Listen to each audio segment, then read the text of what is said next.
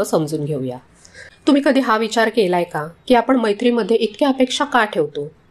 आपण गृहीत धरतो की माझी मैत्रीण आहे ना, मग तिने माझ्यासाठी हे केलंच पाहिजे, किंवा मी तिच्यासाठी करते मग तिने सुद्धा माझ्यासाठी धावून आलं पाहिजे. आपलं आयुष्य घरी आणि कामावर इतकं भरलेलं असतं की आपल्याला वाटतं मैत्रीण म्हणजे आपली इमर्जन्सी सपोर्ट सिस्टीम आहे. आपल्या मनातल्या सगळ्या गोष्टी तिने समजून घेतल्याच पाहिजेत. पण कधीकधी हे अपेक्षांचं ओझं इतकं वाढतं की समोरची व्यक्ती आणि आपण दोघेही दबून जातो. आणि मग अपेक्षा पूर्ण झाल्या नाहीत की नातं तुटतं आणि आपण खचून जातो.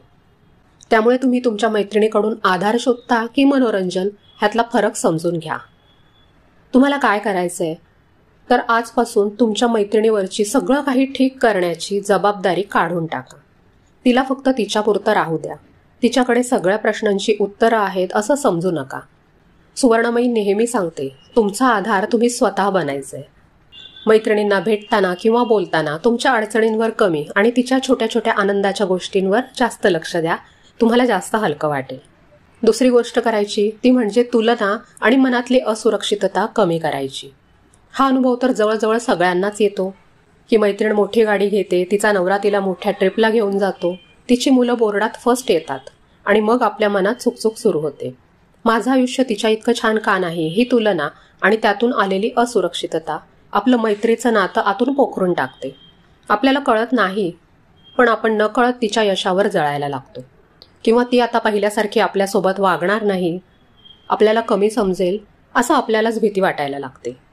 मग मैत्रीत विश्वासच राहिला नाही तर ती कसली मैत्री? तर जेव्हा तुम्हाला तुमच्या मैत्रिणीबद्दल मत्सर वाटेल किंवा मनातून असुरक्षित वाटेल तेव्हा लगेच तुमचा मोबाईल बाजूला ठेवा.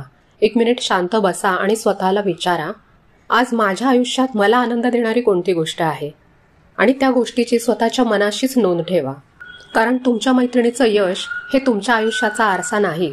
तिचं कौतुक करा पण तिच्यासारखं व्हायचं प्रेशर स्वतःवर घेऊ नका. तुम्ही जशा आहात तशा छान आहात. तुम्ही तुमच्या आयुष्यात तुमच्या पद्धतीने खुश आहात. चौथी गोष्ट म्हणजे गॉसिप आणि मागून बोलणं. या वाईट अनुभवामुळे खूप बायका मैत्रिणींपासून दूर राहतात. आपण अगदी विश्वासाने आपल्या घरातले छोटे छोटे वाद, सासू सुनेचे प्रश्न किंवा आपल्या मनातलं सिक्रेट मैत्रिणीला सांगतो. कारण आपल्याला वाटतं की ती माझ्या बाजूने आहे. आणि मग काही दिवसांनी आपल्याला कळतं की आपल्या घरातल्या गोष्टी बाहेर गेल्या. आपल्या मैत्रिणीनेच त्या सगळ्यांना सांगितल्या. पाठिंबा देणारी तीच आणि पाठीमागून वार करणारी पण तीच. खूप त्रासदायक असतं हे. आपल्याला वाटतं माझीच चूक झाली, मी तिच्यावर विश्वास ठेवला.